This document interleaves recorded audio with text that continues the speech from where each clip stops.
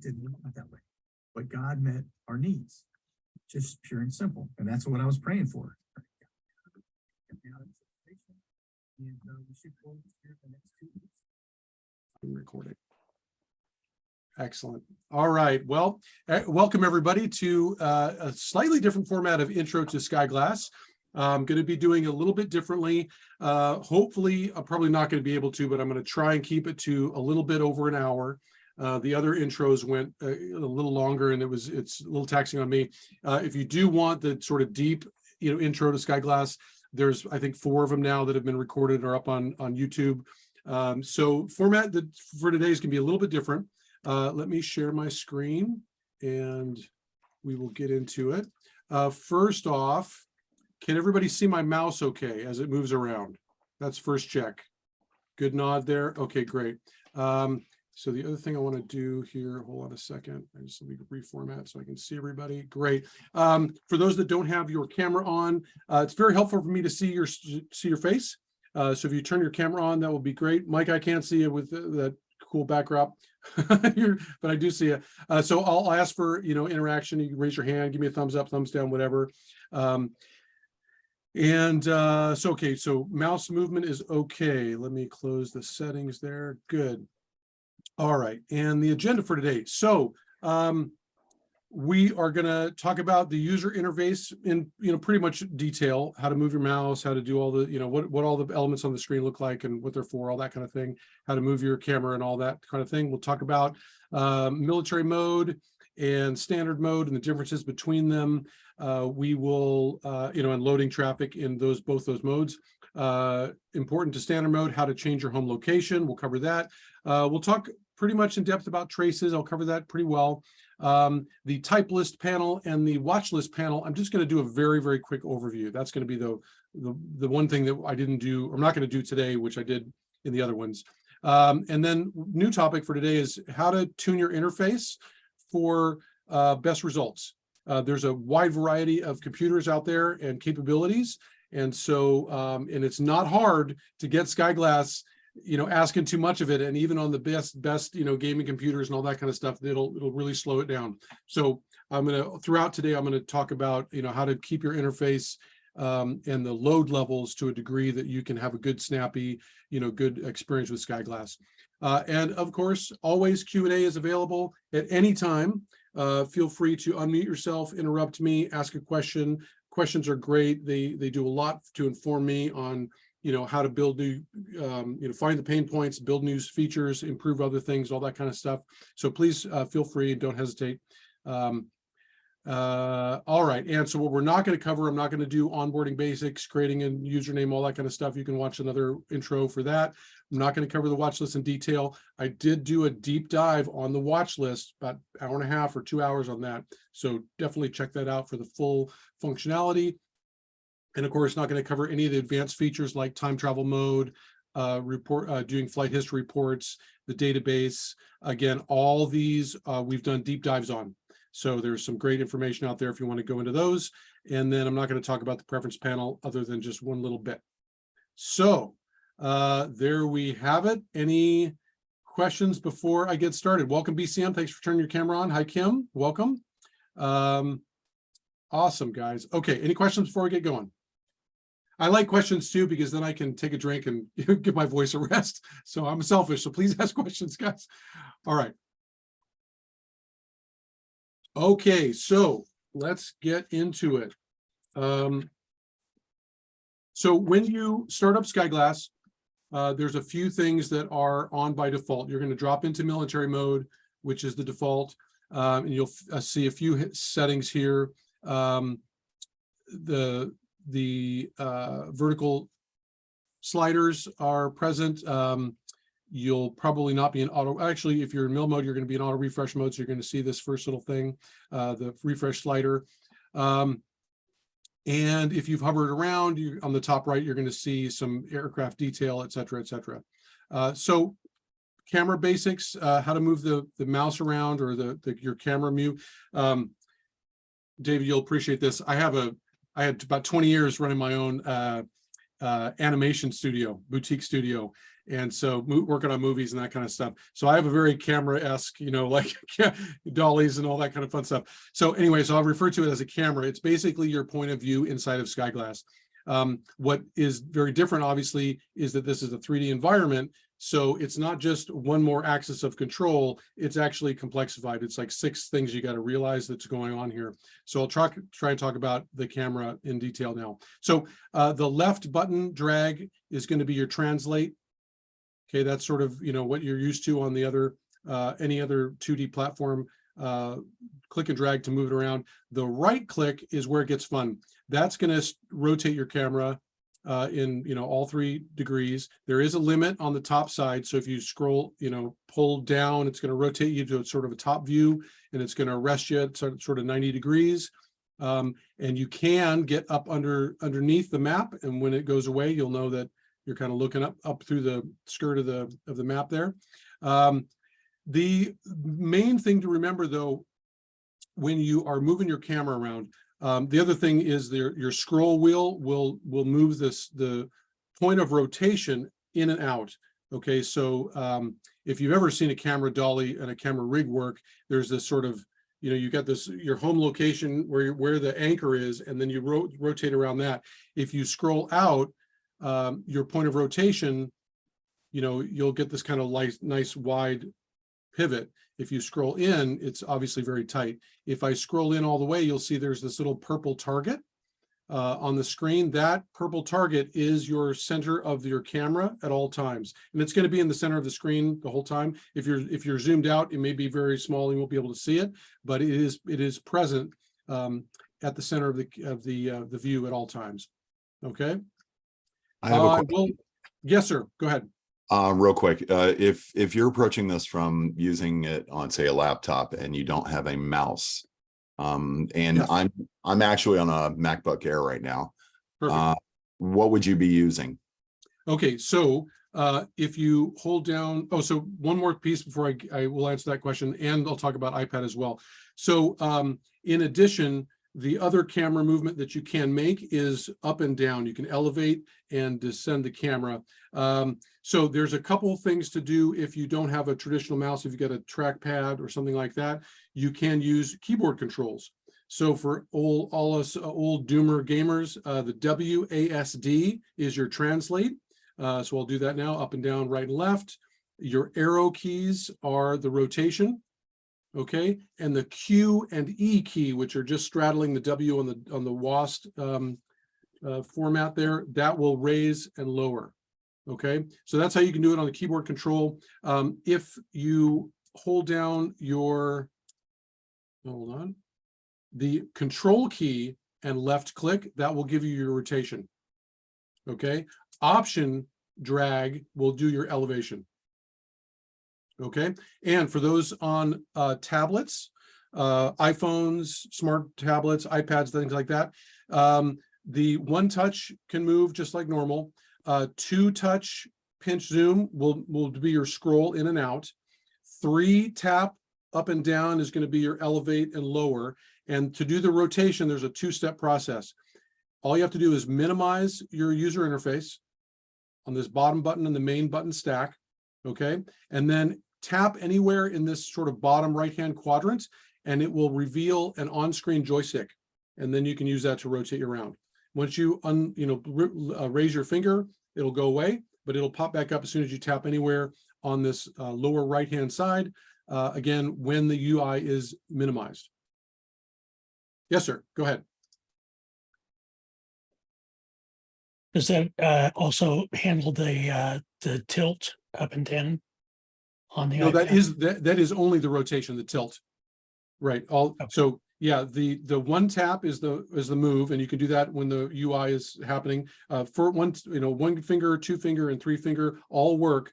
It's only the rotation, which is all 6 axis, you need to minimize and then use the joystick, which pops up on the bottom right. Cool. Okay. And I will say, the iOS version, or the Android as well, it's really, it's functional on an iPad. I'm sorry, on a smartphone. You can still do everything, but it's really best on an iPad, something with a larger format. In the next release, I will be working on optimizing the UI for smaller screens like iPad or like a phone. So, okay. Yeah, right. And let's see here. And it looks like I got myself stuck. Hold on a second. All right. So let me quit SkyGlass real quick. I'm going to launch it again. Just so I'm going to get reset on my inputs. The input system is a little quirky sometimes. All right. And we're back.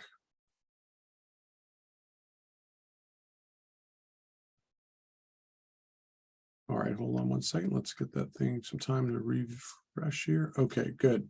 All right, so with regards to the user interface, first thing you'll really want to focus on is the scaling of the UI. On the main button stack, which is on the bottom right-hand corner, this first vertical stack, at the top of that, you'll see a pair of chevrons up and down. Click on that and drag, and that's going to resize every part of the user interface in all four corners. Okay, you can make it, so big that they overlap. There is no, it doesn't trap for that because these panels you can turn on and off. But depending on your resolution and the size of your screen, you'll want to get that to something that's comfortable for you. I'm going to make this sort of absurdly large, just so it's really easy for everybody to see. And let me disable some of the HUD aspects so there's no overlap. Okay, good. So as far as the user interface goes, most of your buttons, functions, all that kind of stuff is sort of bottom right-hand centric. It all starts with the main button stack, which is this, as I said, this bottom right-hand corner, first vertical stack of icons. So let me just go through those real briefly. The top one is kind of your main load button. It does a snapshot load of whatever mode that you're in, if you're in mill mode or standard mode. There are also a few visual elements here. If you're in military mode, this icon will be a fighter. If you are in standard mode, this icon will be just like a commercial aircraft. The background inner sphere here will change color as well. So in mill mode, it's this sort of orangey yellow. And then when you're in standard mode, it turns to blue. If you're in feeder mode, which is another sort of advanced topic, it's going to give you another magenta color. So it's kind of your quick visual reference on what mode that you're in, so you can tell immediately. There's also two wheels or circles around the outside. This yellow one is the countdown timer of your auto refresh. You can see that kind of winds down. And then this inner one, the green, is the sort of progress on the load. It's going to show you the progress of the load cycle, whatever it's doing. When it's doing a quick update, you probably won't even see it. It's so quick. But when there's doing a longer load, you'll see that thing sort of tick up, start from the bottom and wrap around clockwise. All right. Next is the, I forgot to mention about the chat, and I don't see the chat. Let me bring up my chat. There it is. Okay, so I am notoriously poor at monitoring the chat. So if there are you're welcome to drop some questions in the chat room. If I don't see them, anyone is welcome to interrupt me and say, hey, we got a question in the chat, and just read it off to me. That would make it easier for me. And also, minimize this, sorry. There we go. You're welcome to leave any feedback in the chat because this is being recorded and I can review that after the fact. So drop in any comments or suggestions, whatever you want. That's kind of your suggestion box in the chat there. Okay, so back to the user interface. So moving from the top down, the next button here, this clock with arrows, is the auto refresh toggle. That'll turn that auto refresh on and off. When you slide into military mode, it will default to automatically auto refreshing. So if you change, let's get into that now. So to change from standard mode into standard mode from military mode is this next button, the shield. Just clicking on the shield will turn it from green to white. And there we go. And a couple of things will happen on your interface as well when you switch into standard mode. The distinction is, let me clean this up. The distinction is military mode always loads aircraft worldwide. There is no search radius definition on military mode. Most computers can handle the load because it's only, at most you're going to get 400, 500, 600 at the top end of aircraft, and everybody can kind of handle that. It's also just sort of how the API calls go. When I could just say, give me all military aircraft, and so I just display them all. When you're in standard mode, there are two things at play. You have a home location and you have a search radius, okay? As you can see here, the default when you first load up SkyGlass will be your home location is CONUS, continental United States, the sort of center. And then you'll see this green search radius box as a visual indicator of how far your search radius is. Okay, so this is the first indicator of, or the first thing to remember about tuning your user interface. Okay, and we'll spend a little bit of time with this. If you'll also notice, so when we switched into standard mode, two other sub panels popped up. We have this little sub panel here, which is the aircraft class. Okay, term that I coined for SkyGlass. And then you also have this input panel, your location input panel here with your search radius box.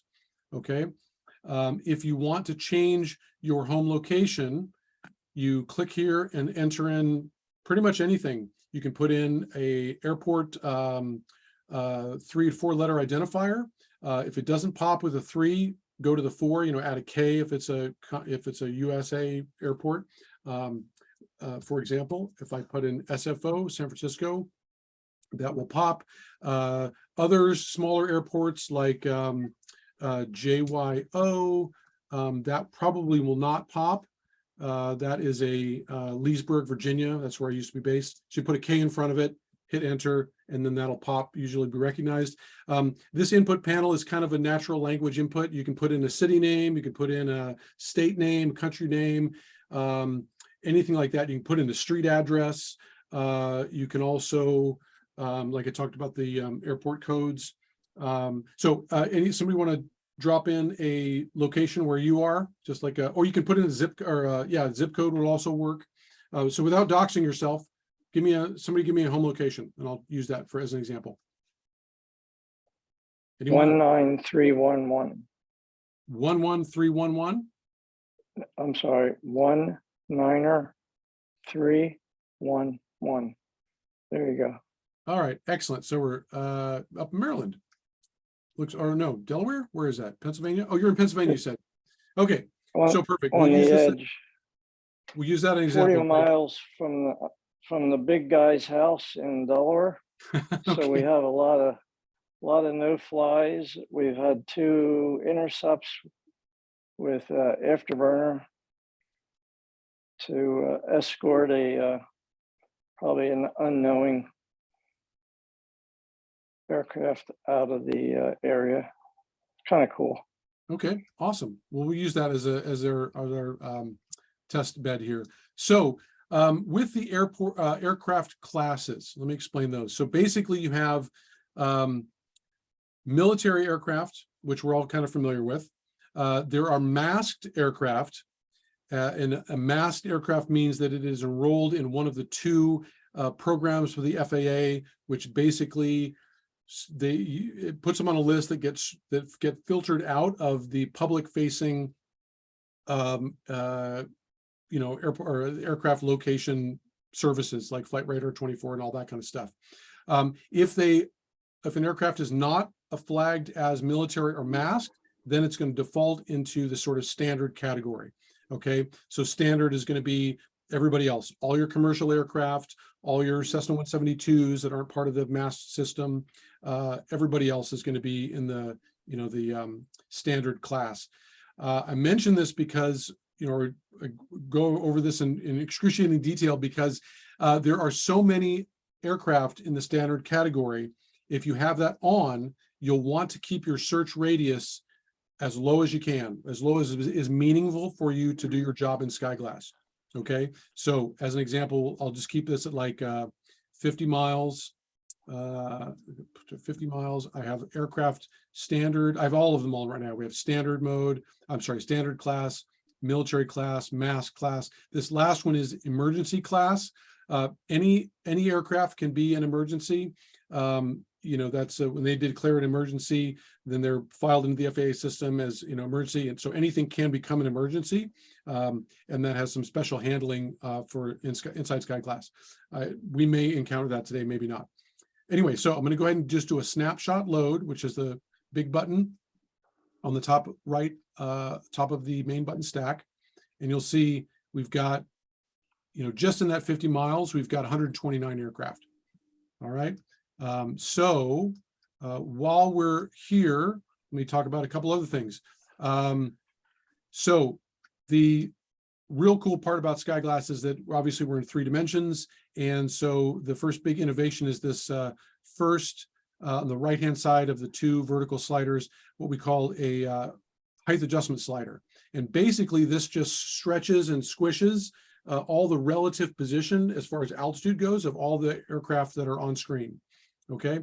It's good to know that if you take that slider and put it all the way to the bottom, that is actual altitude based on your, how the map is set up, the zoom level, etc. Okay, so while we're here, let me show you how that can be useful. So in the bottom of the auxiliary button stack, which is just to the left of the main stack, we've got this map zoom. I'm just going to click about midway to almost like a city view, and we're going to wait for that to rehome. There we go. All right, so now we see our search radius box, and we've got all these aircraft on the sort of right down by the surface. The first slider in this group of sliders is a size adjustment slider of all the rendered aircraft and their panels, etc. Okay, so as you change your map zoom level, this is where you kind of have to tune based on, how good your eyesight is and your computer screen, all that kind of stuff, the size of these different elements. So you can, so you'll basically, in my use of SkyGlass, you change your zoom, then you tune the height adjustment that you want to have and the size of the aircraft that are being returned. Like I said, if you're down with the map zoomed in, you will bring this down. The more zoomed in you go, the lower the height adjustment slider will need to be. Otherwise, you're just going to have so much stuff that's going to be lost off the top, right? So I want to bring that down. If you are at like an airport, let me dial in DCA. So we'll sort of stay in the same area. I'll load traffic again. That's the Reagan National, I think, DCA. And I'm going to zoom in again, almost all the way, and you'll see we'll sort of be approaching this airport level. That's when you'll want to bring the relative height slider or the height adjustment slider all the way down, and then bring your search radius to what's also meaningful. In this case, like even 5 miles will get us in the pocket here, because we can see the surface of the airport. I'll bump it up even more. And this is when, let me refresh my load here. This is when you'll see stuff, approaching, coming in and out, or be on the surface of the airport. And this slider at full depression all the way down makes sense, right? You'll actually see some natural height adjustment, right? But as you zoom out, having this down, I mean, might as well have a flat map, right? You can't really tell what's even happening. So just bump that up, and then you can immediately see the different flight levels, who's up, who's down, who's near the surface, etc. Okay, so I know I covered a lot there. Let me pause and see if anybody's got any questions, need any clarification on any of that stuff. This is Richard. I might be ahead of you, but if you get so flummoxed, is there a way to reset it without actually closing it and opening it again? Yes. Well, there's a couple of different ways to reset, and you're not getting ahead. This is fine. All right. So in the main button stack, you've got this gear wheel with an aircraft. If you click on that, that'll bring up the preferences panel. And in the left-hand side in the middle, you've got a couple of reset options. Okay. This first one, the big burn, will do a full reset. It's going to log you out of SkyGlass, and it's going to reset everything to the defaults. Okay. So if you really get things sort of messed up, this is this is your pull the ripcord escape hatch. We'll reset everything. If you just want to reset the user interface stuff, you can click here. If you want to reset, burn your watch list, you can do that here. And then we're not going to get into it, but there's a whole preferences of color palettes you can change, and you can tune your colors up. If you want to reset that back to normal, you can do that here too. So the main distinction here between this and this, the user interface settings and the full reset, is the full reset is just going to log you out. Basically, it takes the preferences file that's saved out to disk, deletes it, and recreates it one from scratch. Okay, so that's kind of how you do the full reset. Couple other resets while we're talking about this. In the auxiliary button stack, you can see 1, 2, 3, 4 groups up. You've got this arrows in a square that will reset your camera position. All right, so let me just get off angle here and do something wonky. Click on that button, will reset your camera orientation and zoom you in to close to the home location. So that's how you sort of reset the camera. All right. Now, Thank you. you bet. So now, while we're in standard mode, and let's say that you don't want to see all aircraft, right? You're focused for your, OSINT needs or something else. You want to focus on mast or military. You can simply turn that class off, and that will hide all those from screen. Okay. At that point, you can then zoom out and increase your search radius to something much larger. Again, you'll need to sort of, with experience, understand what the limitations of your computer are. Okay, I've got a modern, like it's a 2-year-old iMac, one of the new M1s. So it's nothing, super fancy. It's kind of a, mid-level, but a recent machine. And my computer will start to clog out at about 600, 700 aircraft. Okay, so this is how you'll do your main swipe out of aircraft traffic with the standard. And then you can, classify from there. So now we got about 1,200 miles. We've got our standards turned off. I'll click on the load button again, and you'll see, as it starts to get up to a couple hundred, you'll start to slow down. What you'll see is, as it starts to get slower and slower, as it tries to render more and more aircraft and take up memory, it'll get down to, it'll click one aircraft at a time if you're really maxed out. So if you're in a loading cycle that is, you're out on the end when you don't want to be doing this, you can click the stop button. Okay, and that will arrest any loading action and kind of bring control back of SkyGlass. Okay, the next one over, the burn button, that simply clears all the traffic that are loaded. Okay, and so there are a few times within SkyGlass that will automatically burn for you, as in when you're switching modes from standard into mill mode or mill into standard mode, it's going to automatically burn it for you. But if you're wanting to, change locations, let's say I'm going to drop over to LAX, you can do a burn and then a refresh, and so you'll clear off, the other side of where you were before. All right. So again, it's really about limiting the number of aircraft that you are wanting to view. If you want to see the standard aircraft, you're going to bring your search radius down. If you don't need to see standard aircraft, you can toggle those off, and then you'll be set at the, with mast and military. And again, since you're in standard mode, it's going to be limited to your search radius. So as an example, let's say you want it to be focused on CONUS for mill and mast. All right, so you can type in USA. That's going to pop you to the center of the states. Increase that search radius out so that your edges are, inclusive of both coasts. A little bit more, and then load aircraft. Tell you, when I was starting to build this out, I had no idea. Well, when I first started, I had no idea there were massed aircraft. That was a whole new revelation to me. The wonderful folks at ADSB Exchange, all this is crowdsourced through ADSB Exchange. I don't know if you all know that or not. Through individual feeders, folks that have little units like this. This is something that I actually put together called the Breath Mint. It's a little mobile feeding system with a Raspberry Pi inside and a little antenna and SDR, software-defined radio. All that stuff is crowdsourced through their system, and that's where we get the data. The classification of masked aircraft is also part of this sort of crowdsourced system, meaning someone figured out that they were a masked aircraft either from a FOIA request or some other way, and that's been put into the database, which is then filtered or flagged, from the ADSB exchange. To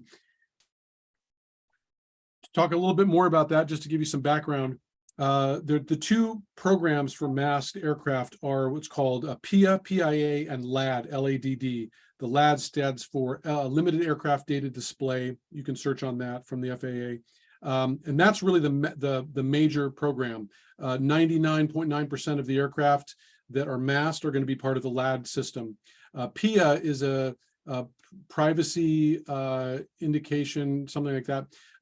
PIA is for a very small class of folks that do that build transponders and fly, things like that. They're actually given a block of hex codes which they can roll and change, mid-flight, things like that. So when you are in masked mode or you see the masked aircraft, the LADs are purple, this magenta color. If you see one that is bright green, that's a PIA aircraft. So again, they're very rare. I might see, one in 1,000 will be a PIA. Anyway, so and I'm shocked to see that there's, let's get this example. We've got 2x the masked versus military. We got 309 military and 677 masked aircraft online right now. Okay, and so you'll also notice we've got an emergency that popped up here in our last load cycle. We have the emergency indicator class on, and so if there is an emergency that is, detected in the load cycle, it will pop up this emergency panel here. Clicking on this button will bring that aircraft to center screen. Let's see if we can kind of get some more detail on it. There you go. And you can see its background. You can see it's kind of hard to see there, but the background is strobing yellow, and it's got a red border around it. And then this will also tell you what type of emergency it is declaring. And you'll see things like general NORDO stands for no radio. That's a lost comm situation. You'll sometimes see something like this says unlawful. I kind of assume that that's a hijacking situation or something happening in flight. I've never really been able to get close the loop on exactly what unlawful means. Searching online couldn't really find anything anyway. But anyway, so this is probably a good time to talk about the icon set. So let me get oriented so we can see something. Let me zoom out. I'm going to click on an aircraft. So that's going to pull that center screen, and I'll zoom in a little bit. Okay, so we can see this PC-12 is sort of center screen. So the aircraft chevron, the little triangle that's below this grouping, that is the actual aircraft position in space. Okay, the octagon with the aircraft profile icon in the center, that's just a visual representation of what type of aircraft that is based on a lookup. The octagon is also, you can think of like a compass face. So the aircraft will be oriented based on its heading if that were a compass. So this one, as you can see, if we look up in the HUD on the top right, bearing 358 degrees, see it's 358 degrees there. So it's basically almost north. This one heading pretty much easterly, etc. Okay, so you can, so it's a quick visual indicator of what that aircraft is heading. If you rotate the camera around, you'll notice that those octagons always face the camera. Okay, but the chevrons, the aircraft position, those are locked into space. Does that make sense? Okay, good. Awesome sauce. All right, let me clean up my interface a little bit more. Let me turn off the mask just so we get a clearer field here. Turn off the emergency guys. Okay, so and the color palette for the different types of aircraft. In fact, let me make this a little bit better. I'm going to bring my search radius down. I'm going to burn. I'm going to turn on everybody. all classes. I'm going to load traffic. And I'm going to zoom the map in. I'm going to rehome just so we can get, there we go. All right, I'm going to bring my height adjustment slider down so I can see all the top level aircraft and increase my size. There we go. All right.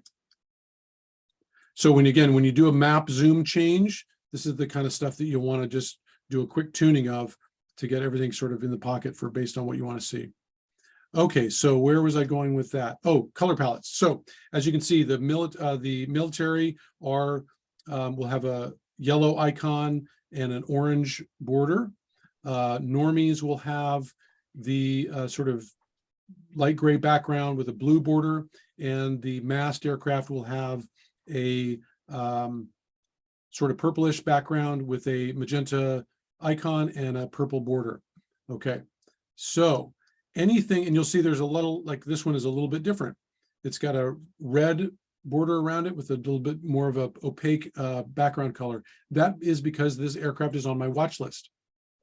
Okay, so the watch list in brief, anytime that you see a banner icon, that means it's going to be watch list related. All right, so on the top right hand corner, we've got our little heads up display here with our aircraft detail. You'll notice there is a banner icon. Everybody see that? Right now it's white, meaning it's not on our watch list. If I click on that, it's going to put it on our watch list, and you'll notice that the background immediately changed. Click on it again, and it's now been removed from the watch list, and the background goes to its normal color. Okay, you can, so the ways to add to the watch list are various. One simple way is, clicking on the banner. You can also right click on when the aircraft is, in focus with the little green box around it. Right click, puts it on the watch list. Uncheck the from the HUD, will remove it from the watch list. Okay, so again, fastest way if you just want to build up your watch list, see something interesting, right click on it, you'll see the icon change. Now it's on your watch list. Do you have a time limit on watch lists? Like, can you set up, say you want to observe a flight, but only for 24-hour period? Can you set it up just for that and then it deletes itself, or no? No, that's an interesting thought. Yeah, what would be the purpose of that? Just, can I pick your brain a little bit? If you're watching family, say family's Oh. traveling and they're going on a commercial flight, and you know that they're not going to be on that flight longer than 6 hours, and you want to set up a watch list for that flight when it goes off for 8 hours, and not have to worry about deleting it afterwards, so you don't clutter up the watch. That's a great idea. Interesting stuff. I'll add that to my list. That might be something I can do. So no, you at this point you just have to remove it from your watch list when the time was right. But very interesting question. Good feedback. Okay. All right. So let's see here. What would be the next sort of natural thing? We'll come back to the watch list in more detail. I think I've covered basically all of the, okay, so let's talk about aircraft labels and the pop-up labels. So as you hover around, you'll see that there are some aircraft detail that pops up above the aircraft, and that information is mirrored in the what I call the HUD, the heads-up display on the top right-hand corner. Okay, so let me explain that. And so they're basically, the same. The locations are the same in this left-hand side. Actually, let me find one that's got. There we go. So aircraft type. This is a Boeing 762. The call sign will be in the top right. What's below that will be the registration number, the tail number, what's often referred to, and then the country of origin. And that's again tied to the registration. This number out to the left, that's their current squawk code. So their transponder, when they're given a signed squawk from the FAA, that's the number. It's important to know the type of aircraft. So first of all of this stuff is reported from the transponder. Okay, so the transponder is giving out that data, and then it's being pushed through the system and returned to SkyGlass. So this isn't a lookup, right? That's why sometimes you'll see a transponder that shows a type that's unknown, an NA, right? It's just because the transponder actually isn't giving that information. So just to know, this isn't a lookup. Most aircraft, the registration won't change ever. That will be consistent from that aircraft. The type will probably not change as well. The call sign normally changes. Most commercial flights, every new flight, that's going to have a different call sign. This bottom one, this is the hexadecimal identifier, ICAO hex code of the transponder. All right. This is really what that's the unique identifier that will always be there from flight to flight to flight to flight. Okay. This is where you can really, it's kind of the fingerprint for that aircraft is the hex code of the transponder. The registration will also be consistent, but most of SkyGlass and most flight trackers are sort of hexadecimal centric. So if you're like in another place, another flight tracking app, and you're like, oh, I see an aircraft that's interesting, what you want to do is grab that hex code, okay, and then come over to SkyGlass, search on the hex code. That's going to be the easiest way to do it. If you grab the call sign, that's very time dependent. As soon as that aircraft touches down, changes call sign, you won't be able to search on it anymore. Okay. All right. So the other thing is, as you move around, you'll see these three fields have this little green box. Anytime you see a green box around it, or the text highlights green while you're there, if you click while it's in that state, it grabs that information, puts it on your clipboard. Okay. So it's in this example, clicking here, that hex code is now on my clipboard. All right. So then you can go to a search or go out to another program and, paste or whatever, share it with a friend. Okay. So top side of this is the aircraft identification information. The lower part of this are the telemetry details, altitude, current speed, altitude change, and the heading. The left to the left here is a lookup of the the plane spotter crowdsourced API. If you click on that image, you'll get a larger image. Okay. If you click on the little information button there, the eye, that will actually send you out to open up a web page, send you out to the plane spotter website with this aircraft loaded. Okay. And so this is an actual picture of that aircraft that somebody took and uploaded to their service, right? This isn't a mock-up or something like that. This is the craft. All right. Clicking on that again will bring that size back down. And then to the left here, you've got some additional functions. You've got a bigger indicator of the profile.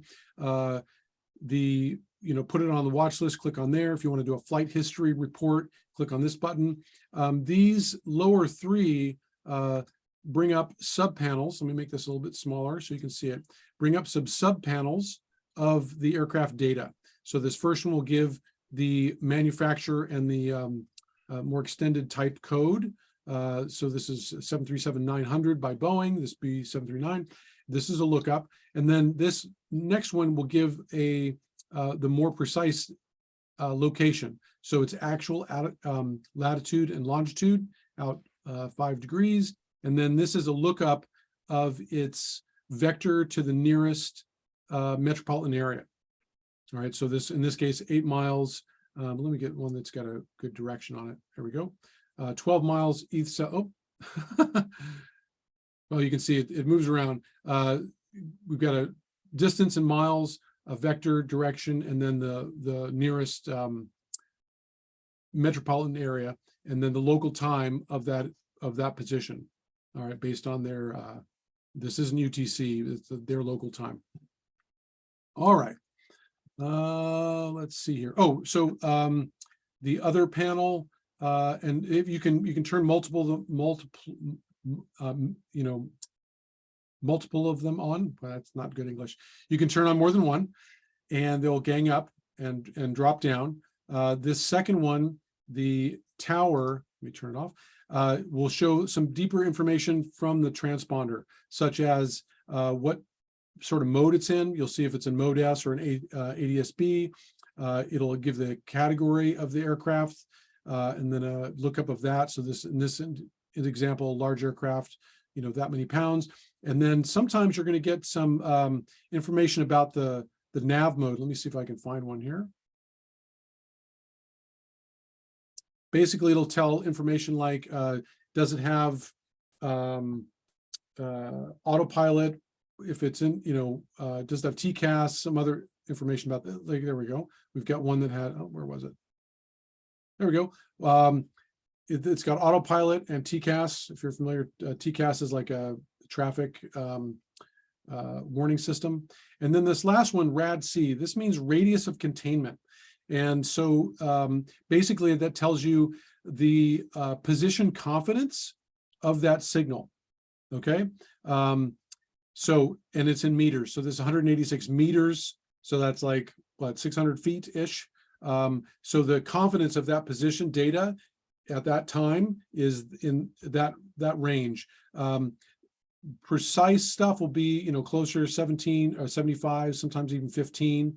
Again, this all depends on the transponder, and it also depends on how many feeders are picking that up and can kind of triangulate its system. Okay. Most folks are not going to be interested in that. It's kind of a deeper feature. This icon will bring up the aircraft database information. We won't cover that now. And then if you turn on the horseshoe magnet, that's going to set it into follow me mode, which means every time, if you're in follow me mode, anytime that you do a refresh of the traffic, it's going to take that aircraft and make it center screen. Okay. All right.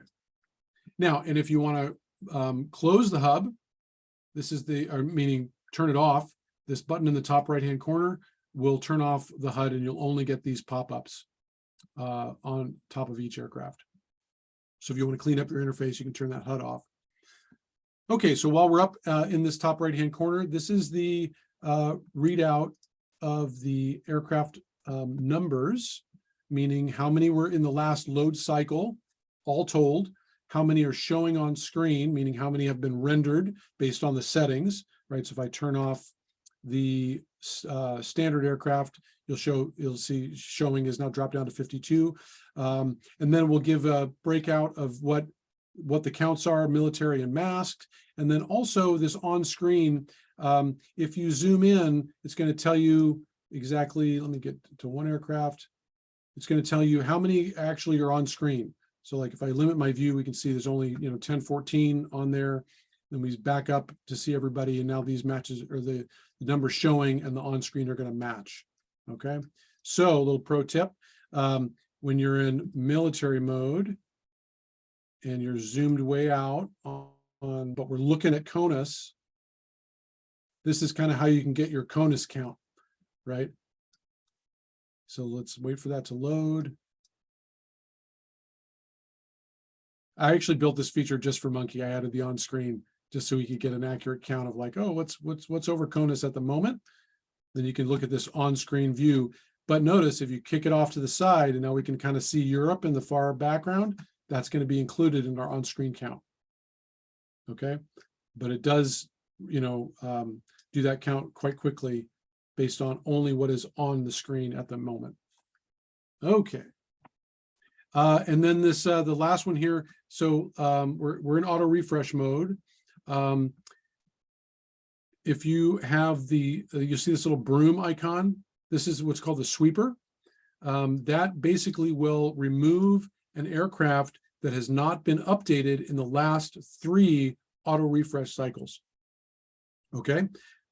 Meaning if you turn, and it's on by default, if you turn that off, then any aircraft that's sort of the last position, it's not getting picked up by a feeder anymore, it's going to be on screen. All right, so that's going to be, it's going to give you a false indicator of that aircraft because it hasn't been updated, but it's still on screen. All right, so unless you've got a sort of special use case, you're wanting to like monitor an area over a long period of time and see all aircraft, you want to leave that sweeper on. Okay, and again, it's dependent on what you have dialed in as your auto refresh cycle. So in this case, it's 15 seconds. So if that aircraft hasn't been updated in 45 seconds, 3 refresh cycles, then it's going to drop off screen. And then you'll see in the last loading cycle, how many were dropped off. In this case, 12. Make sense? Okay. All right. So that covers the counts. Just to kind of go around the rosy around the ring here. On the left-hand top will give a date and time in UTC of the home location. Well, it's a universal time code, so it's always that way, but it'll give you a date and time, will give you the home location readout, and then it's going to do a sort of a local weather lookup, which updates every minute based on that home location. It's only of that sort of tight area, so it's not going to be as valuable or meaningful unless you're sort of zoomed in and homed in on a specific location. But that's that. And then bottom left-hand corner, you'll notice there's a little yellow readout, which changes a bunch of times, especially when things are loading or you're doing anything. This is a little debug window. It's on by default. My beta testers loved it, so I kind of just left it on. If you click on the SkyGlass itself, that's going to toggle that on and off if you don't want to see the extra detail. Might be interesting. Just tells you exactly the last thing that happened inside SkyGlass. So if it crashes, you can know what actually hung it up or whatever. Okay, I'm going to turn it off for now, and we'll continue. All right, I'm going to pause for questions. Anything? Is there a way to record your sessions? Great question. No, not currently. You can take screenshots. That's this next button here on the bottom. I'm sorry, on the main button stack below the traces. This camera will do a screenshot. It's on my list to do a screen recording. So it's a feature I've thought about, but no, not yet. Yeah. Okay. While we're on this topic though, your settings will persist between sessions. So if you quit SkyGlass and start it up again, basically all the settings that you had before will be maintained, unless you do a reset or something like that. That's how you kind of clear them out. But you should be able to drop right back in where you were. The only thing that sort of gets reset is your camera position and orientation. But your home location, what mode you're in, auto refresh, all that kind of stuff, what panels are up, that should persist. Okay. And then we got a little bit of branding here with ADSBX and the Mapbox stuff, just, attributions. And then this is something I'll be building out a little bit later. These are some badges, depending on what kind of user you are, if you're a beta tester, etc. Bug hunter, part of the SkyGlass community in other way. If you're part of the Monkey Nation, you can be added to different groups, will give you different badges. Okay, so returning to the main button stack, we'll go through, we'll wanted to talk about this one. On by default is the pop-up help, which is this question mark in a bracket. And basically anytime that you're over anything, any kind of button or something, you'll see this little pop-up panel above the main button stack, which will give you just a quick description of what that does. All right, so this is a great way to learn, what all the different features are, to give you just a quick explanation of that. And I'll leave that on for a little bit. Okay, we talked about the preferences. That's how you access this gear wheel icon. Talked about screenshots, click there. This one is to turn on and off traces. So I'm going to turn that on now. And you'll notice that depending on the settings that you have, you'll have a variety of different sub panels that will pop up to the left of the auxiliary button stack. Okay, so right now we've got the filter, the aircraft labels on the bottom. I'll talk about that in a second. We've got our auto refresh timing here, and then our trace depth indicator here. So when traces are on, you can see that we've got a green indicator that the trace function is on, and you click on an aircraft, that will go out and load that trace based on the trace depth. So let me turn that up a little bit higher. And there you can see we got 12 hours of that trace showing there. I also have the jumper enabled. That is also on by default. It's in the auxiliary button stack. You'll see this little pair of icons here with a teardrop and a target location on the bottom. When that is enabled, a few things will happen. If you click on an aircraft, it moves that aircraft to the center of the screen if the jumper is on. So I'll do that with this BE20. Click there, you can see it sort of zooms right over to it. Okay. You'll also notice that if this aircraft, most likely it's actually, the altitude is high, my center of my camera has now also been raised to co-locate with the center of that aircraft, right? So you can see as I pan around, it's panning around that aircraft. So our camera has been moved above the surface. The center of rotation is now above the map surface. Okay, that can be a little non-intuitive for folks. If the jumper is on and you double click on the map, that will recenter the camera to that location. And now you can see my camera rotation is now on the map surface. Okay, see how that worked? So I like the jumper a lot. Not everybody likes the jumper. I like the jumper to, like, if I want to pop over to Canada, or pop over to Europe, I can just double click on the map a couple of times, and then boom, I'm on that area, and it sort of zooms right to it. When you do double click on the map, it does a couple of things. It moves the jumper visual indicator over to that area, and then it does a reverse geocode lookup of that lat long, and then displays it here. So I just happen to click on something that is DN2 in Romania, and then it gives the latitude and longitude. If you move your mouse over that teardrop, the reverse teardrop, and that's a button. If you click on that button, then you will move your home location is now where you double clicked. Okay, so that's another way to move your home location. Again, not as critical when you're in military mode. Okay, very important when you're in standard mode, because it's going to change the search radius around the home location. But you'll notice a couple of things here. Your home location, let me separate these three targets. There we go. Your home location always has the yellow orangish target on the map.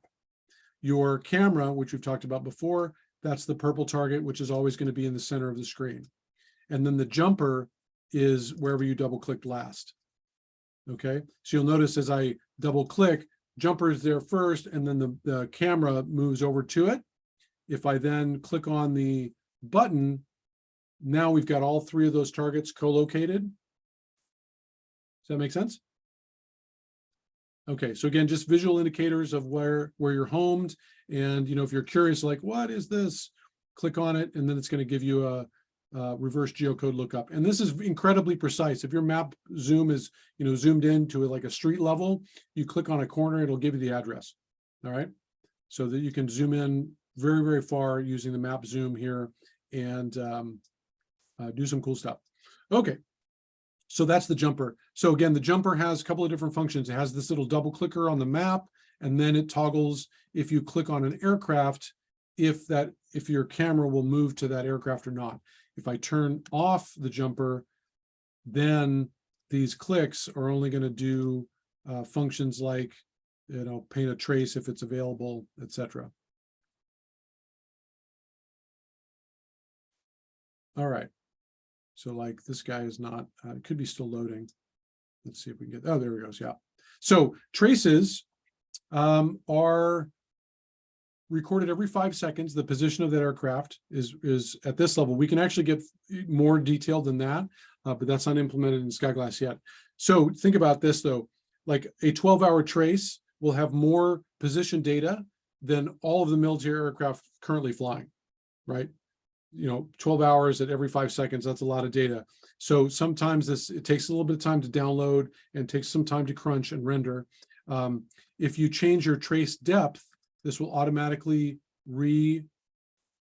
query and filter down. So as I get this down to like 15 minutes, you'll see the tail just kind of off in space there. Okay. The traces are heavy though. This is what I'm trying to get across. If you want to turn on traces for all aircraft, you can do that here, clicking on the all button, but it's going to give you a little warning, say, hey, are you sure you want to really tax your computer? Because this is going to be a lot of data and it's going to take some time to render. So let's go ahead and do that now. You'll notice we've got a little, if SkyGlass is working on something, you'll get a little please wait on the bottom right-hand corner. Okay. And then depending on other things that you're doing, you'll get another bigger box here, which will show progress bar. giving you an indicator of, how far along it is and how much more time you got to wait, etc. So you can see, if I turn on the debugger, then you can see, oh, it finished. Well, all right. Let's go ahead and load those up again. You can see how it's been through all the different hex codes. You probably can't see that with the latency for Zoom, but anyway, it's moving through them pretty fast. Okay. So again, traces, you want to be prudent with when you turn that on. May be very useful, but you got to make sure that you're tuned your, how many aircraft are rendered right now, because it's going to, crunch a lot of data and increase the time it takes to do everything. You will probably have, still a responsive SkyGlass, but it might get a little jerky on you as well. Okay, so I'm at 1 hour. I'm just clocking the time. So I'm going to keep going because we're not quite done yet. But anyway, all right, so let me turn off all traces. And if you have traces that you've clicked to render a trace for an aircraft, let me just get a couple of these on screen. And you want to just clear all traces, you just turn them off. Click on the off, you'll lose that, you'll lose that slider, and then unless it was still trying to render, click it, turn it off again, and that'll remove all the traces. The burn button will also remove all traces as well if you've got those rendered. Okay, so let me just quickly talk about some of the other features in the auxiliary button stack. If you want to change your map style, you can click on the folding map icon and change map styles. The default is the satellite view. I sort of am more partial to this sort of green view because it's kind of a night, higher contrast for military mode. But there's a variety of different map styles that you can choose from. If you want to manually bring up the change location interface, which is here, that's this button here. Again, this automatically comes on if you're switching into standard mode. If you want to remove the sliders from view, you can toggle them on and off here. These sliders, the main two that you're going to use, all the time with the sizing and the height adjustment slider, but there are a couple more. If you click on that expand button, you get a couple more. This is your mouse sensitivity. So if you want to make your mouse, faster, more responsive, you can turn that up. And then this next one is a barometric height adjustment. All aircraft altitudes are reported in barometric pressure. And if you've been a pilot or understand aviation at all, barometric pressure is a variable. It changes every mile, everywhere, all the time. So it's really, meaning you can be at an aircraft or at an airport, and depending on, if it's a hot day or if it's a cold day, the barometric altitude can be lower or higher than the field elevation. So meaning you can have an aircraft that's reporting below the surface, right? Because you're thinking of it in barometric versus AGL, actual geometric. So if you are map zoomed in and you're getting these aircraft that are, because the barometric pressure is below, you can use this slider to kind of adjust them to what seems more accurate or more realistic. Okay. So most of the time you want to just turn those off, keep those off. All right. So we'll finish up with the watch list and the type list panel in a second. The favorite locations panel, you can activate with this teardrop icon here. And then CONUS and Europe are sort of preloaded for you. Any home location that you have dialed in. So let me do that for you now, just as an example. I opened up the home locations input panel. I'm going to put in LAX for Los Angeles Airport. It's going to pop me over there. And then if you click on this little plus sign in the top of the favorite locations panel, then that will be added to your favorite locations. You can also delete it right from there or edit the label by clicking on the little pencil. Okay, so that's the favorite locations button or panel. We talked about these, reset the camera, stop all loading actions, and then do a big burn. which basically unloads everything and stops the auto refresh. Let me turn on auto refresh again. All right. And then, okay, so one thing very important that I didn't cover, sort of last thing to cover with regards to the aircraft labels are, so this filter button here, you'll notice if I turn this on, it'll bring up the classification. Not as important when we're in military mode, but you can, if I click on that again, then I'm losing the, it'll turn off this other sub panel, which are the label options for all aircraft. If you hover over an aircraft, you'll see all the labels come up, right? You've got the aircraft type, call sign, telemetry. If you want to turn them all on for all the aircraft that are on screen, this is how you do it here. So the aircraft icons are on by default.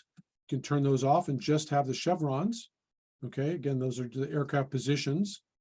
The chevrons are color-coded in 3 colors, green, red, and blue.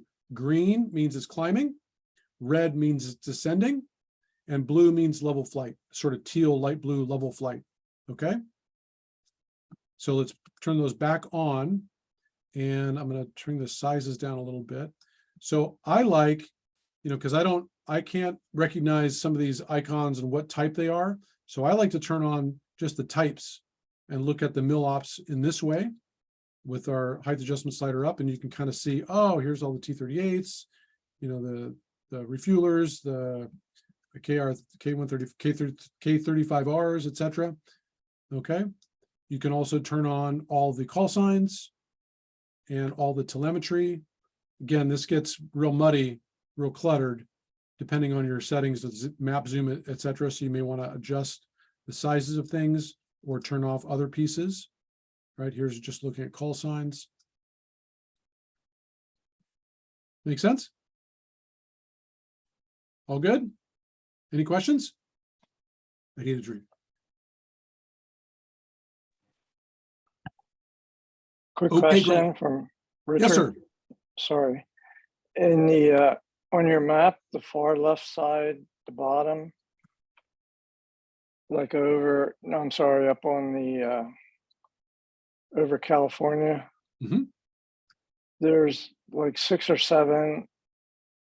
Let me see if I can give you a call sign. That FAAB, that thing. Uh-huh. There's like 6 or 7 planes in there. Is there an easier way to expand that out? Yeah, so To this see is, what, yeah, so we got a bunch of trainers here, the T-34s and some H-60s, some helicopter work. So no, so if you want to, like, how do I zoom in on there, look a little bit deeper. This is another reason why I like to have the jumper on. I click on the jumper, get my camera in there, and then Okay. either map zoom map in, and that's going to quickly give you some good separation. Now you can Okay. see, oh, okay. But even so, like, we still got, we're ganged up here 3 or 4, so you can do it again. Double click, whoops. Double click, zoom in a little bit more on San Diego, and now we're getting some final separation that makes sense. so once you get to that spot, if you just slowly expand it out, you'll see them, or move Yeah. your camera more vertically. Yeah, so the Brings them labels, out. the labels get a little weird when you're up top, because everything tries to look at the camera when, so they'll get a little, they Right. won't, the orientation will get a little strange when you're at the top level view, but yeah. But yeah, it's Okay. it's an interplay of the map zoom and the sizes and the labels. It's a great question. Very good question. A little more practice. Yeah. Yeah. Oh, I forgot to mention, if you have a game controller connected like an Xbox, that will work to move your camera around as well. So that's fun.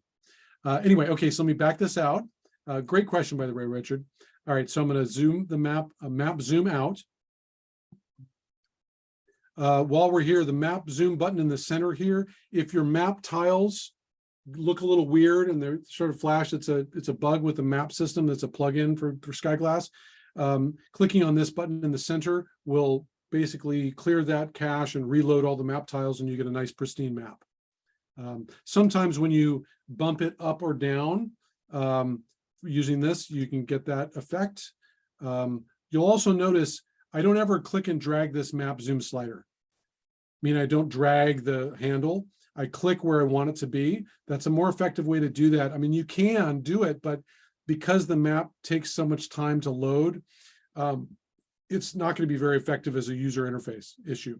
So I like to click, and you'll get familiar. If you click all the way to the top end here, you're like literally it's a city block. The full view. It's very, very zoomed in.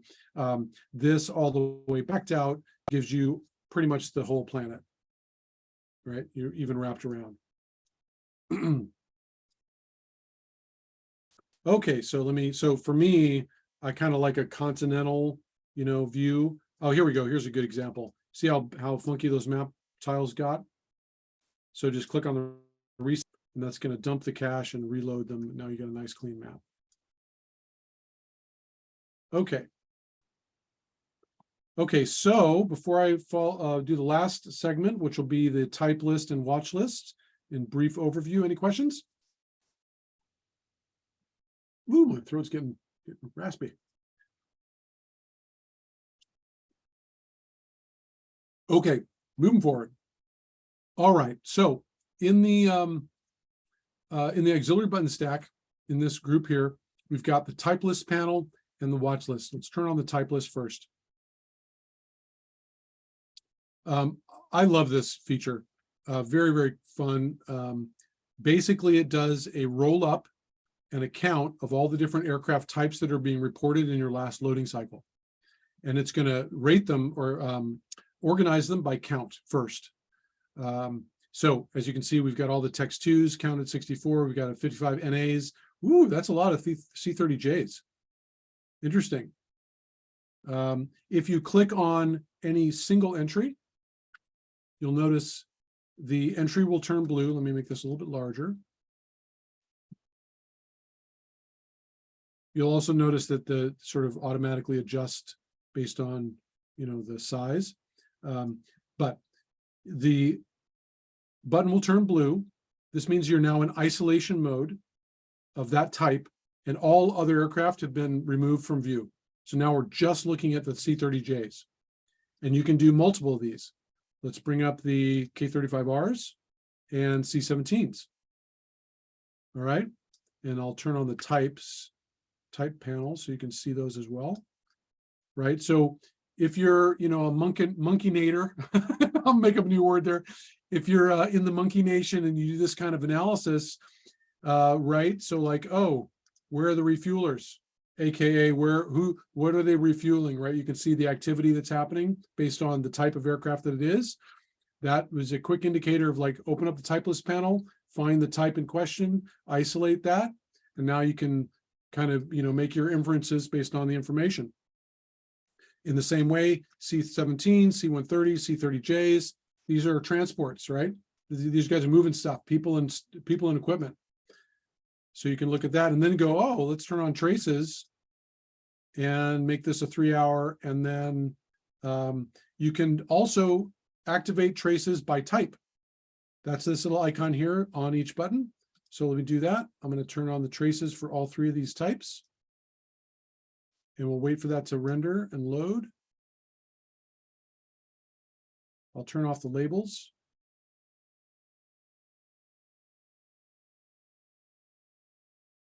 All right, it's still loading.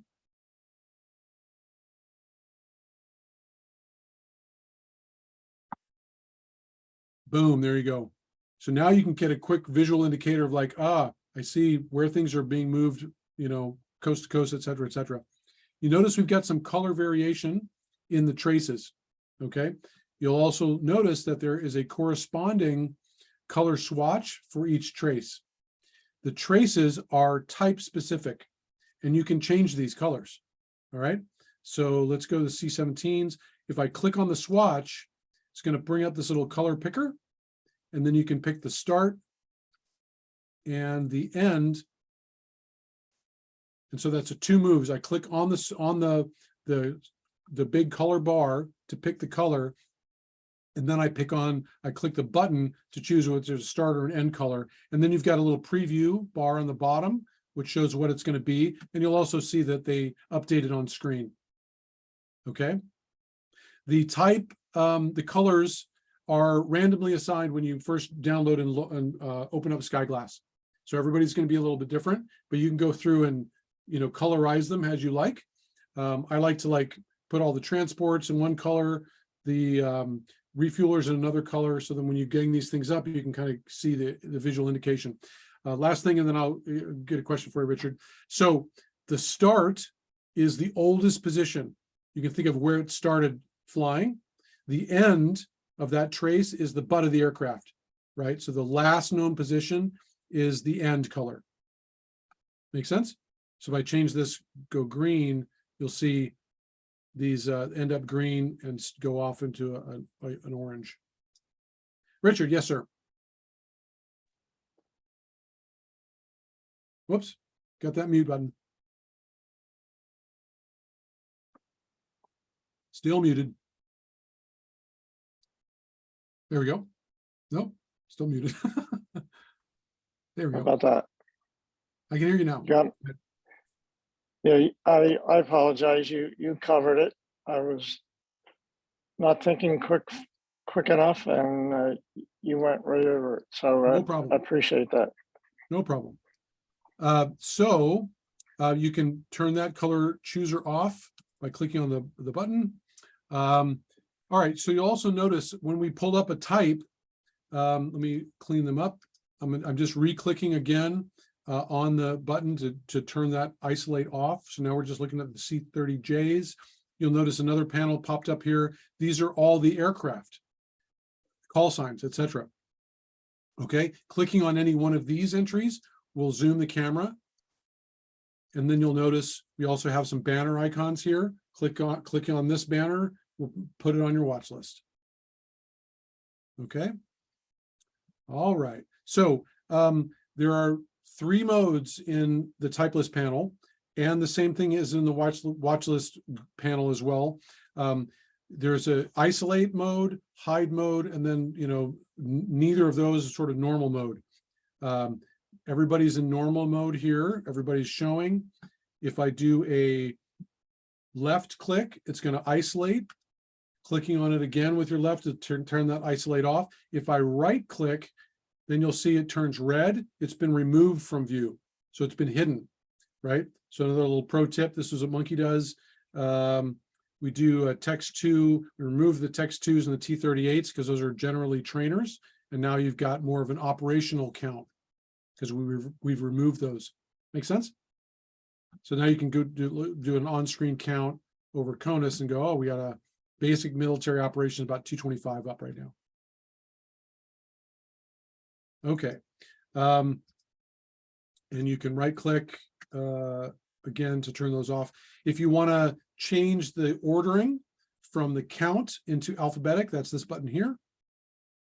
And so now it's like if you're looking specifically for, where's that Q4? If it's up, now you can easily find it. The lower numbers are hard because they, who knows how exactly they're going to get counted or ordered in there if they're all the same 1 counts. But that you can do them versus in alphabetic mode. And then lastly here, I'm just going to do a bunch of random choices. If you've got a bunch of hides and isolates and you want to just clear them all, that's these 2 arrows in a circle. Click there and it's going to remove all those and reset your counts, or not the counts, but reset the view so that you're looking at all aircraft. And to close the type list panel, click on the close button, or you can just hit that button again and that'll open it and close it. Okay. Basically the same thing for the watch list. In watch list view, here's that big bar as it was loading the aircraft. The watch list groups, again, so this is I've downloaded Monkey's list and imported it using this import folder down chevron button here. We'll go out to disk and you can import someone else's watch list. You can export your watch list there. I'm just going to cover the main features in this header and some of the groups. The watch list will give you a count, how many are flying of your total number. This is a manual reload of the watch list, not unlike your sort of snapshot load here.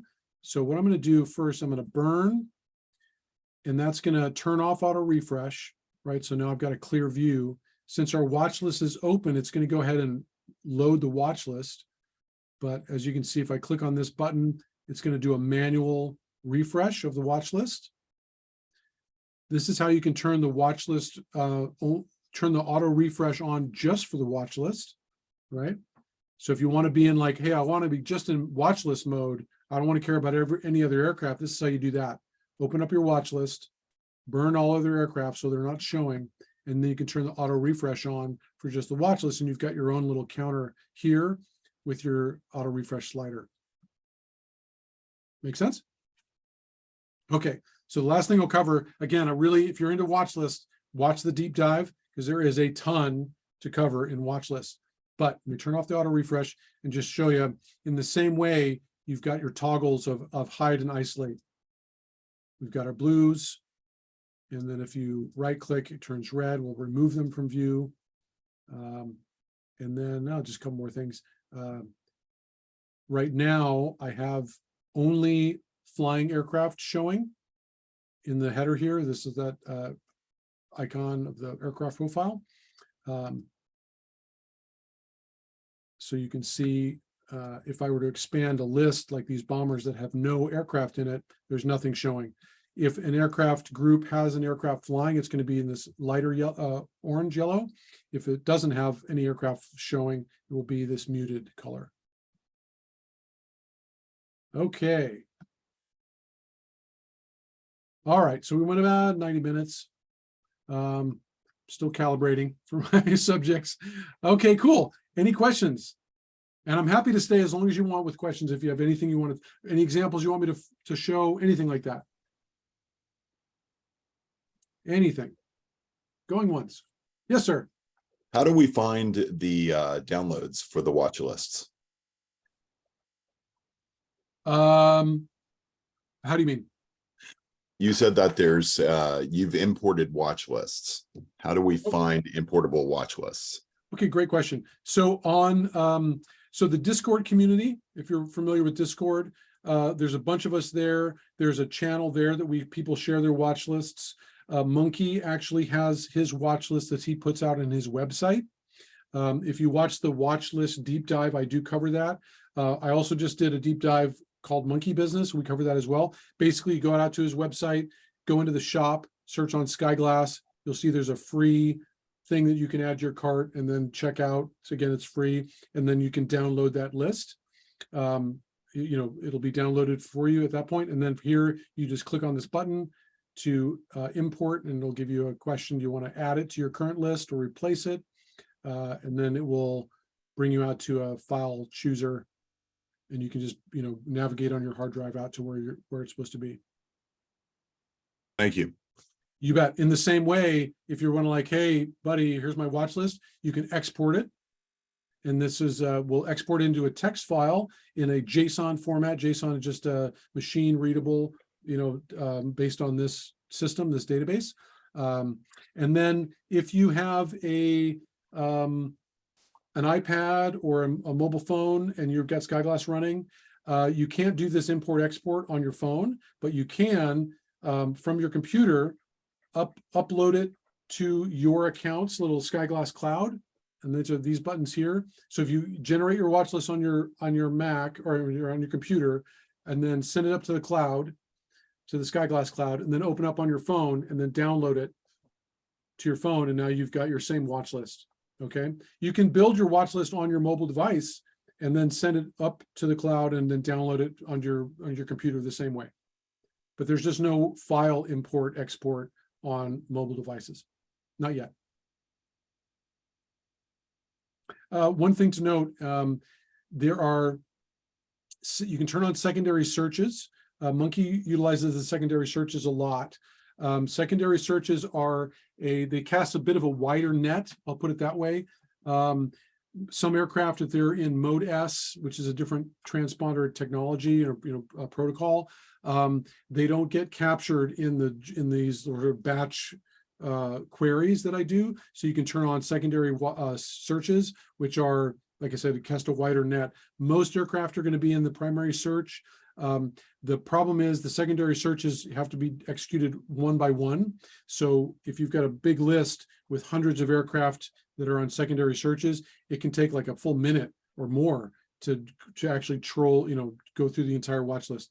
As an example, I'm going to turn on the secondary searches. That's this magnifying glass with a plus sign. I'm going to turn on the secondary searches. Here we go. And you'll see that those icons turn green, and I'm going to reload. Let me get out of isolate mode.